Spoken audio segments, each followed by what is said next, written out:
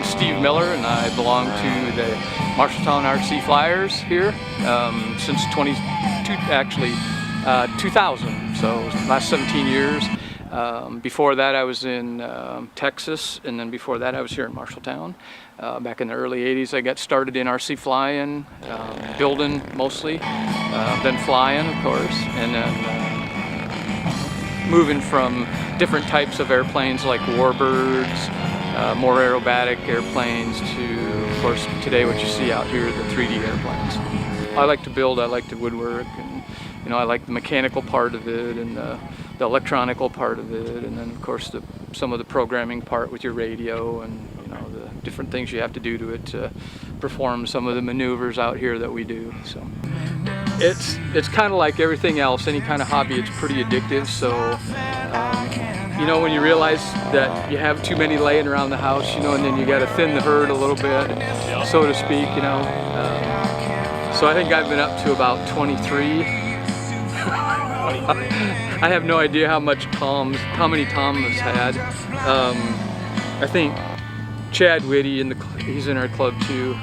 He's been in the club for a long time, and I think he's got a whole basement full. So I got into it in the early 80s, and I'm thinking that was back in the 70s, like mid to early 70s when the guys started the club.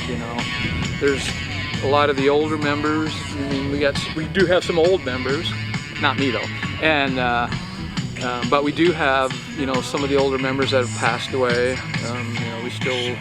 We still think about them. We even have some of their airplanes still. So yeah.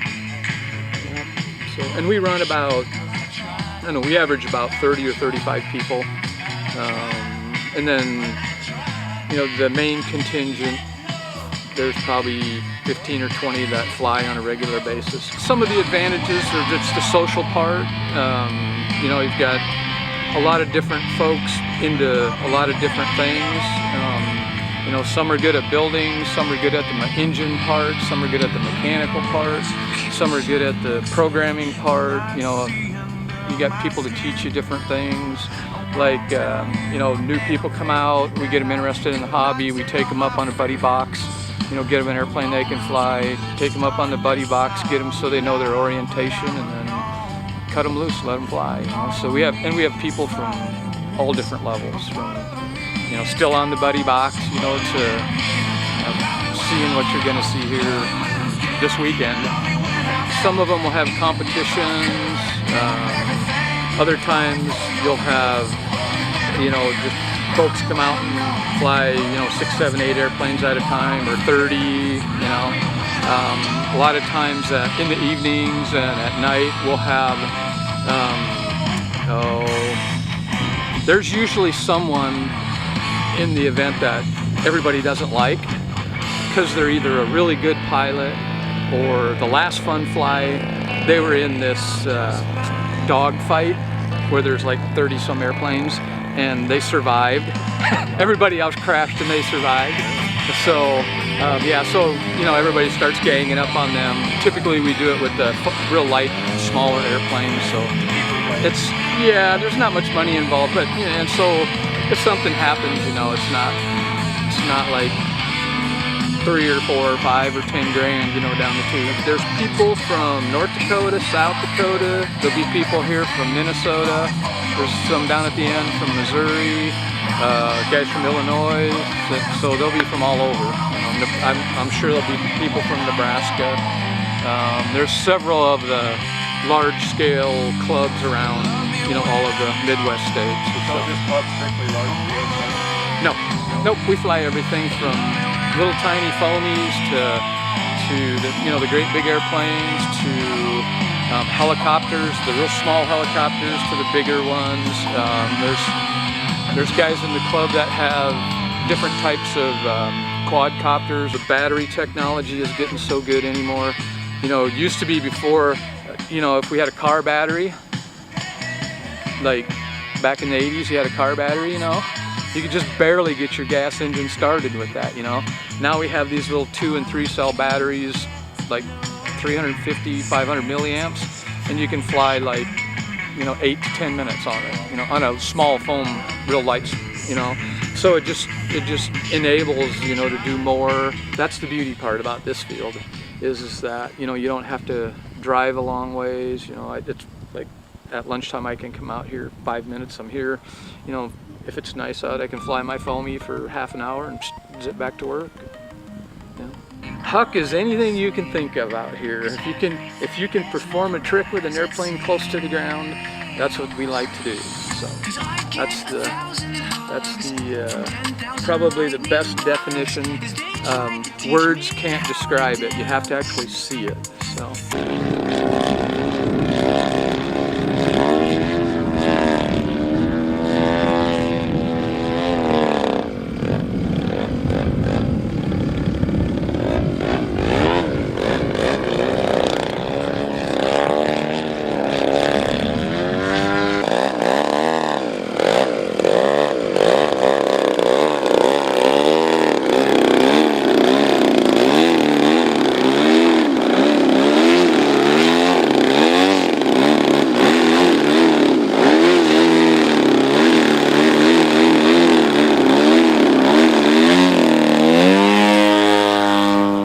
About 102-inch wingspan, 35% extra 300 by Precision Aircraft Unlimited.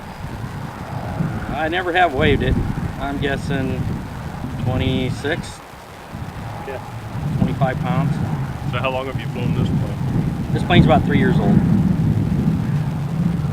How did you learn to do all the maneuvers? Close my eyes. Listen for the crash? Just going to places, watching people fly, picking their minds, asking questions. And big help nowadays, which we didn't have when I started doing this stuff, was nowadays they got simulators you do on a computer. Really?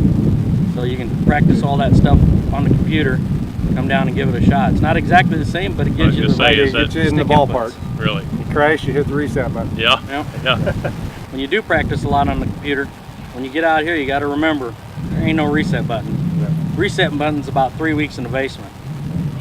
Roger Nimitz from Denison, Iowa, and we go around to all these events, just have a good time, promote the hobby. Usually there's anywhere between 30 to 60 pilots here, and we just get together and have a good time. Okay, so how long you been flying now? I've been, well, over by Denison, we used to have Goberson, and that was in the 80s. They used to have a flight show over there, and that's how I got involved with RC. So I've been flying since 1982, so I've been flying a while. And just started flying 3D probably in the 90s. 3D is just you're flying more on the prop instead of the surfaces of the airplane. So they call it 3D instead of 2D, which is the regular surfaces. It's a Corvis Racer. It's scaled after a full-size one. It's 35% of the real thing. Power-wise, too? It's got a, no, it's way overpowered. It's got a 120cc desert aircraft engine in it, but not about, I'd say 6 to 8 horsepower. So the thrust is probably 3 or 4 times what it needs to have for the regular size, full size. We can hang it on the prop like a helicopter.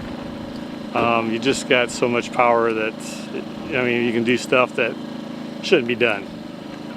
This thing, probably, I'm gonna say around 3,000 probably. Usually you get out about a mile, they turn into like a black dot, so you can't really see what it's doing. So you want to keep in, you know, a lot closer than that. And we fly in close. We fly, I'd say, probably 1,000 feet. You know, we're in to right in front of us, so.